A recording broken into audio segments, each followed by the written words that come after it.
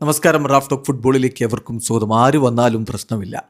ബ്രസീലായാലും Morocco ആയാലും ഒക്കെ ഒരുപോലെ രണ്ട് ടീമും വളരെ ശക്തരാണ്. ഒന്ന് മറ്റൊന്നിനേക്കാൾ ശക്തമല്ല. ഇതാണിപ്പോൾ റൊണാൾഡ് കൂമാൻ പറയുന്നത്. നെതർലൻഡ്സ് ഇപ്പോൾ സ്വീഡനെ തകർത്ത് തരിപ്പണമാക്കി ഫിഫ വേൾഡ് കപ്പിൻ്റെ റൗണ്ട് ഓഫ് 32 പടിവാതിക്കലാണ്. 4 പോയിൻ്റായിട്ട് അവർ ഒന്നാം സ്ഥാനത്ത് അവിടെ നിൽക്കുകയാണ്. സ്വാഭാവികമായിട്ടും അടുത്ത കളി ടുണീഷ്യക്കെതിരെ അവർ അനായാസം ജയിച്ചു കയറും. ഗ്രൂപ്പിൽ 1-ാം സ്ഥാനവും കൊണ്ടുപോകും. അപ്പോൾ പിന്നെ ഗ്രൂപ്പ് സിയിലെ 1-2 സ്ഥാനക്കാരോട് അവർ ഏറ്റുമുട്ടുന്നത് തീരുമാനമാകും. ബ്രസീൽ രണ്ടാമതാണെങ്കിൽ ബ്രസീലിനെതിരെ കളിക്കും. അതല്ല മൊറോക്കോയാണ് ഗ്രൂപ്പിൽ രണ്ടാമതാകുന്നെങ്കിൽ അവർക്കെതിരെ ആയിരിക്കും അപ്പോൾ നെതർലൻഡ്സിൻ്റെ കളി വരിക.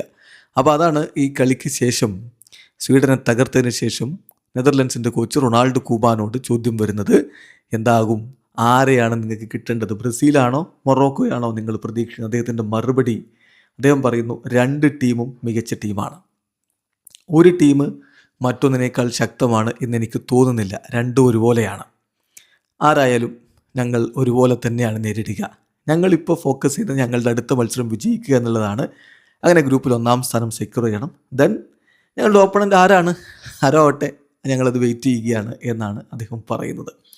നെതർലൻഡ്സ് കിടിലൻ വിജയമാണ്. ബ്രയാൻ ബ്രോബിയുടെയും ഗാക്പോയുടെയും ഇരട്ട ഗോളുകൾ, അതുപോലെ തന്നെ സമോവിലിൻ്റെ ഒരു ഗോളൊക്കെ ആയിട്ട് തകർപ്പൻ വിജയമാണ് സ്വീഡനെതിരെ അവർ നേടിയത്. ഇനി അവരുടെ അടുത്ത മത്സരം എന്ന് പറഞ്ഞാൽ ടുണീഷ്യക്കെതിരെ 25-ാം തീയതിയാണ് നടക്കുന്നത്. എന്തായാലും ബ്രസീലായാലും മൊറോക്കോ ആയാലും ഒക്കെ ഞങ്ങൾക്കൊരുപോലെയാണ് എന്ന് ഓൾറെഡി പ്രസ്താവന നടത്തി കഴിഞ്ഞു റൊണാൾഡ് കൂമാൻ. ബ്രസീൽ മൊറോക്കോയേക്കാൾ മികച്ച ടീമല്ല എന്നൊരർത്ഥം കൂടി അതിനുണ്ട്. അതായത് രണ്ട് ടീമും ഒന്ന് മറ്റൊന്നിനേക്കാൾ മികച്ചതല്ല എന്ന് പറയുമ്പോൾ പഴയ ബ്രസീലല്ല എന്നുള്ളൊരു ധ്വനി കൂടി അതിലുണ്ട്. വീഡിയോ അവസാനിക്കുന്ന ഫുട്ബോൾ ലോകത്ത് കൂടുതൽ വിശേഷങ്ങളുമായി റാഫ് ടോക്സ് എത്താം.